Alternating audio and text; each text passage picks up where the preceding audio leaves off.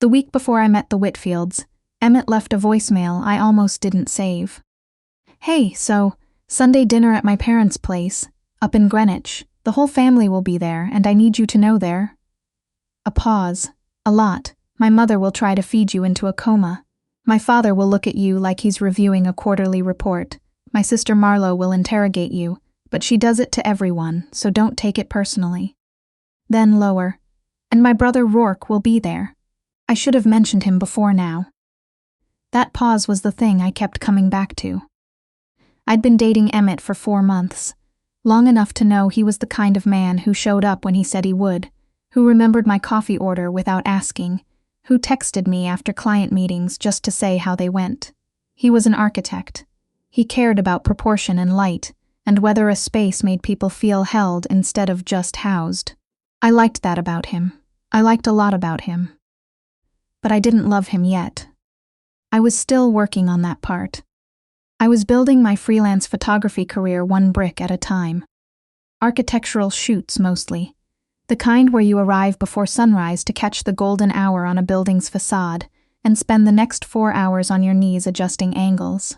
I'd landed a contract with a mid-size commercial firm that spring, and for the first time since I'd left my staffed job at an agency 2 years earlier, I wasn't lying awake doing math on my checking account. Things were good. Emmett was good. The life I was assembling felt solid.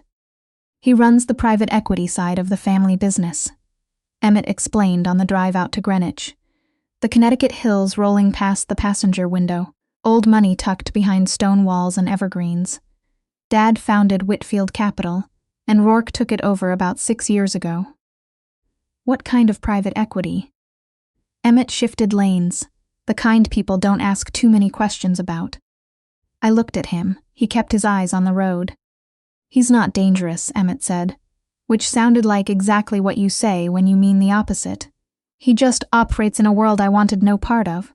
That's why I went into architecture. But the family defers to him." Should I be nervous? "You'll be fine." He said it too quickly. "I just wanted you to know he can be intense. Don't let him get inside your head." The Whitfield estate sat at the end of a private drive lined with white birch trees. Georgian revival. Columns.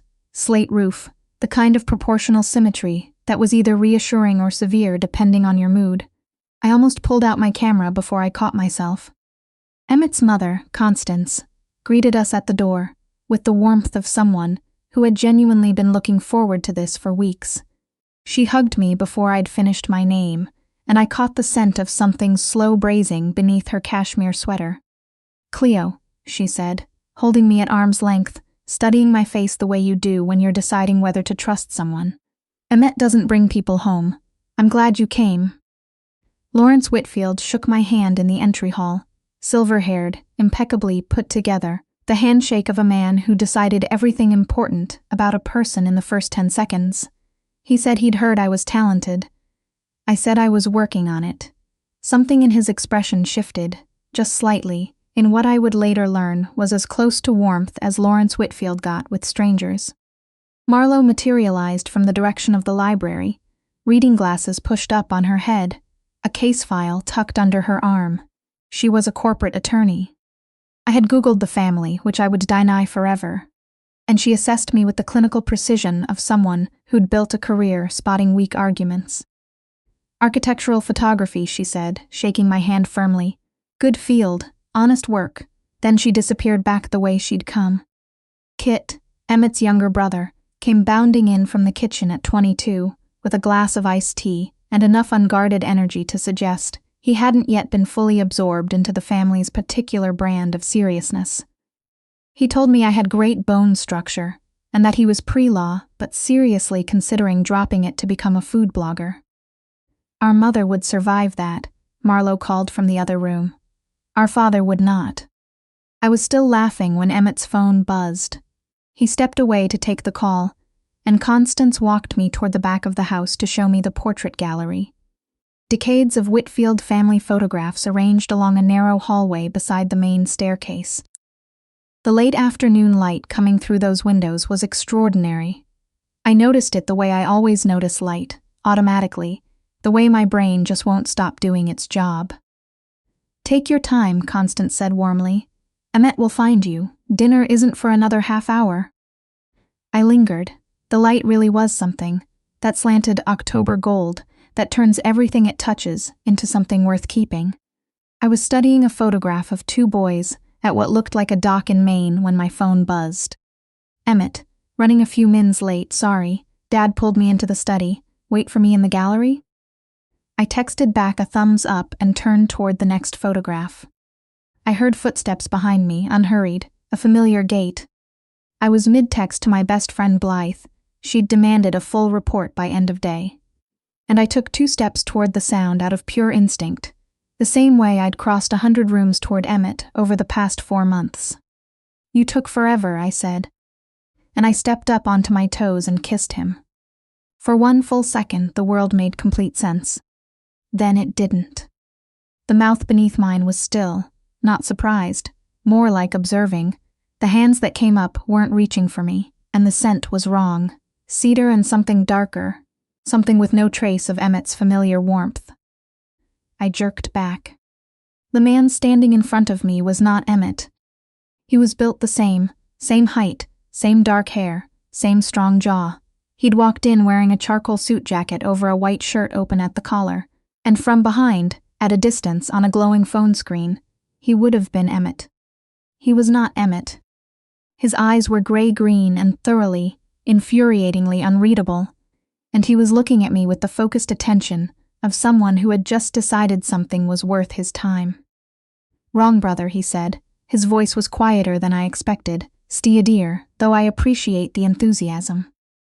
My face went hot enough to power a small city. I didn't. I thought you were. I stepped back and caught my hip on the edge of a side table. I'm so sorry. Emmett texted me to wait in here, and I heard footsteps and I didn't look up and I just... You assumed correctly that someone was coming. The faint pull at the corner of his mouth wasn't quite a smile. Just incorrectly who? He held out his hand. Rourke Whitfield. Cleo. I shook it. His grip was warm and brief and deliberate, the kind of handshake that says I notice everything. So I'm genuinely mortified. I don't usually kiss strangers in dim hallways. We're not in a dim hallway, I said, and then immediately wondered why that was the detail I'd chosen to defend. Fair enough. He held my gaze a moment longer than felt comfortable. Emmett mentioned you were a photographer. Yes. Are you any good? The question was so direct it startled a half-law out of me. I think so. My clients seemed to agree. Good. He stepped past me toward the door unhurried. We'll see about the rest. Dinner was the organized chaos Emmett had promised. Multiple conversations running at once. Lawrence holding court about an infrastructure acquisition in the Pacific Northwest, while Constance tried to get me to eat more, and Kit and Marlowe argued about whether food content qualified as journalism. I answered questions about my work, laughed at Kit's impressions, said something about composition and natural light that made Lawrence put down his fork to really listen. And across the table Rourke said almost nothing. He didn't need to. He just occupied space. The way certain people do without performing it, without announcing it. He asked me exactly 2 questions the whole dinner. What drew me to architectural photography specifically, and whether I'd ever turned down a commission I didn't believe in. Both questions I answered more honestly than I'd planned. When I told Lawrence I'd walked away from a 6-figure contract the previous year because the company's labor practices didn't sit right with me. And no, I hadn't found a comparable replacement immediately. Something crossed Rourke's face from across the table. Not approval exactly, more like recognition. That cost you something, he said. The first words he'd directed at me since the gallery. Yes. You did it anyway. Yes. He picked up his wine glass and looked at me steadily, and I was the first to glance away. In Emmett's car on the drive back to the city, he was quiet for a long time. He watched you through the whole dinner.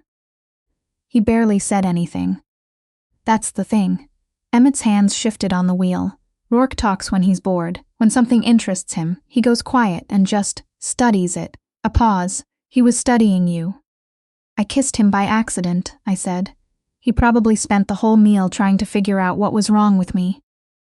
Emmett didn't laugh. That's not what it looked like. The texts started on Tuesday. Unknown number, which I somehow knew before I opened them. You left your lens cap in the gallery, found it on the side table. I'll keep it safe. I didn't have a lens cap in the gallery. I hadn't taken my camera out at all. I showed Blythe at coffee the next morning. She read it twice, set down her mug, and fixed me with the look that 9 years of best friendship had made impossible to dodge. Cleo. I know. He invented a reason to contact you. I know. He's your boyfriend's brother. I know, Blythe. She picked up her mug, just making sure we've covered the basics. A beat, is he? They look exactly alike. That is not what I asked. I didn't answer. I didn't save the number. I didn't respond. But I didn't delete the text either, and somewhere in the middle of a shoot on Thursday, I found myself staring at my phone for reasons I wasn't ready to put into words. The second Sunday dinner arrived the way unavoidable things always do. Suddenly and without mercy.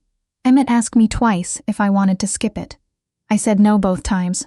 Running felt worse than facing it, and I'd spent 11 days convincing myself that facing it would prove nothing was actually happening. Rourke arrived late. He walked into the dining room in dark jeans and a slate gray sweater, and I was mid-sentence explaining a lighting problem to Lawrence, and I felt him in the room before I looked up. Our eyes met across the table. I finished my sentence. After lunch, Emmett got pulled outside by Kit, who had found a listing for a vintage motorcycle and needed a second opinion immediately. Lawrence went to his study. Marlowe took a work call. Constance disappeared into the kitchen to wage war on a pastry recipe. I was alone in the living room with Rourke for exactly the amount of time it takes to decide to leave and then not leave. You kept the texts, he said. He was standing by the fireplace, a glass of scotch balanced on the mantel. I didn't respond, which is more telling. He crossed the room, not rushing, not performing confidence, just moving the way people do when they doubt where they're going. He stopped a few feet away. Tell me you haven't thought about it, the gallery. Say that, and I'll walk out of this room and you won't hear from me again. It was a mistake. The mistake was walking through the wrong door. What came after wasn't. His voice stayed steady and low. The voice of someone who'd learned that certainty is more persuasive than volume. You felt the difference, so did I. I'm with Emmett. I'm aware. He held my gaze. I'm not asking you to do anything right now. I'm asking you to be honest, with yourself if not with me. I looked at him, really looked, and for a moment I let myself see what I'd been carefully not seeing for 11 days. The stillness of him. The way his attention felt like being the only thing in the room. Some things are real, he said quietly, and some things are comfortable. Most people never have to choose. When you do, you usually only get one. Emmett's footsteps sounded in the hallway before I could answer. Motorcycle listing on his phone, enthusiastic, completely oblivious. And I watched something in Rourke's expression go carefully neutral. That week was the worst kind. I shot a university library commission. I filed my quarterly taxes. I had dinner with Emmett twice, and laughed at the right moments and kissed him goodnight, and lay awake afterward in my own apartment, feeling like someone who'd been living at the wrong address. Emmett worked it out on Friday. We were at his kitchen table when he said, "You're thinking about him." I didn't insult either of us by asking who. "I'm thinking about a lot of things." He texted you. Once. He set down his fork. Rourke doesn't chase, Cleo. In his entire life, I've never seen him pursue anything he wasn't already certain he'd win. If he's texting you, that means something. His voice stayed controlled, deliberate. I need to know where we are. If you have feelings for my brother, tell me now, not in 6 months. Emmett. You always know exactly what you're feeling. He said it quietly. You just decide what to do with it. He was right. I'd known for 10 days. That night I texted Rourke, I need to talk to you. Under a minute, my place, tomorrow 7. I'll tell the desk to expect you. His apartment was on the 41st floor of a glass tower in Midtown. The kind of place where the silence is as considered as the furniture, and the windows make the entire city feel like something you could set down or pick up at will. He'd made dinner himself, slow braised short rib that had been going since afternoon, and the smell of it hit me when the elevator doors opened and made my chest do something complicated. "You didn't have to cook," I said. "I wanted to." He handed me a glass of wine. "Sit down, Cleo. You look like you've been losing an argument with yourself for a week." 11 days. Who's winning? I sat on the edge of his couch, still undecided. He sat across from me and waited, not performing patience, actually having it. After a long moment, "Tell me what scares you about this." "That it's just," I searched for the right word, "intensity. That you're compelling because you're complicated and off limits, and I've convinced myself there's more here than there actually is." "That's a fair possibility." He said it without flinching. "I'm not going to promise you something I can't verify. What I know is that I've been thinking about you since that hallway. That I texted you something ridiculous about a lens cap, because it was the only excuse I could construct." He leaned forward, elbows on his knees. "And that when you told my father you walked away from a 6-figure contract because it wasn't right, I thought, there she is, like I'd been waiting to see the actual version." "Rourke." "I'm not easy," he said. "I need you to understand that before this goes any further. My work isn't always clean. I'm not built for halfway." His gray-green eyes held mine. "But I've never asked anyone to stay before. I'm asking you." "I'm not easy either," I said. He went quiet. "I've known what I want for 11 days, I told him. "I've just been looking for a version of this that doesn't cost anything. There isn't one." "I know." He crossed the room.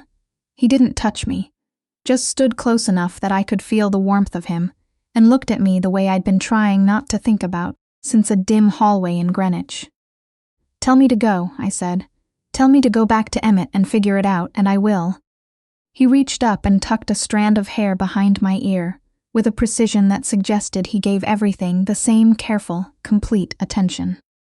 "Clover," he said, quiet and certain, the first time he used the name and not the last. "I've wanted you to stay since the second you kissed me by mistake." I stayed. The next morning I went to Emmett's office. His assistant waved me through, without calling ahead, not yet knowing this was the kind of visit that changed the shape of things. Emmett looked up when I knocked on the open door. He read my face in 2 seconds and reached over and closed his laptop. I told him. He listened without interrupting, which was one of the things I'd always respected about him. When I finished, he walked to the window and stood with his back to me for a moment. "He'd better know what he has," he said finally. "I hope so too." He turned around. His eyes were clear and careful and sad, and he was a genuinely good man, and that made it worse and not better. "Go," he said, "before I ask you to stay for the wrong reasons." I walked out into the October air and let myself feel the full weight of it. The first Sunday dinner at the Whitfield estate with Rourke and without Emmett was the strangest hour of my adult life. Constance took me aside before we sat down, held both my hands, and looked at me with the frank warmth of a woman who doesn't pretend things aren't exactly what they are. "You hurt one of my sons," she said. "I hope you understand that." "I do." "Good, then you understand why I'll be watching." She squeezed my hands once. "Rourke has never brought a woman to this house. Not once. You should know what that means." Lawrence waited until dessert to weigh in. Constance's apple tart, which Kit had been eyeing since we sat down. He set his fork on the plate with deliberate care and looked at me the way he had that very first night. "My older son," he said, "has walked away from every acquisition he's ever made without losing one night of sleep." A pause. "Apparently that's changed." "Is that a warning?" I asked. "Observation." He picked up his fork. "I expect you to be worth it." Rourke's hand found mine under the table. Emmett came back to Sunday dinners in November. He walked in with a woman named Petra, a structural engineer he'd met at a conference in Boston. And he introduced her to Constance with an ease that told me he'd been thinking about how to do this for a while. When our eyes met across the entry hall, we both smiled, small and genuine and faintly sad, and then somehow not sad anymore. Kit made a joke. Marlowe sharpened it. Lawrence asked Petra 3 questions and looked mildly impressed by the answers. Constance put more food on everyone's plate. and Rourke beside me slid his hand to the small of my back and kept it there. Not possessive, just present, the way he always was. On the drive back to the city, he glanced at me sideways. "Okay," he asked. "Yeah," I said, and meant it. I've thought a lot about how to explain what happened between a dim hallway in October and here. The full, complicated, imperfect life I've been building with a man who was never supposed to be my story. I've thought about whether I should have handled any of it differently, whether I was brave or just reckless. What I keep coming back to is this: I kissed the wrong brother by accident. Everything after that I chose on purpose. And the bravest thing I've ever done wasn't walking away from a 6-figure contract, or building a career from nothing, or any of the things I used to think defined me. It was being honest enough to choose what was real, even when real cost something. If you've ever stood in a room trying to convince yourself that the safe thing and the right thing were the same, drop it in the comments. I want to know which one you chose.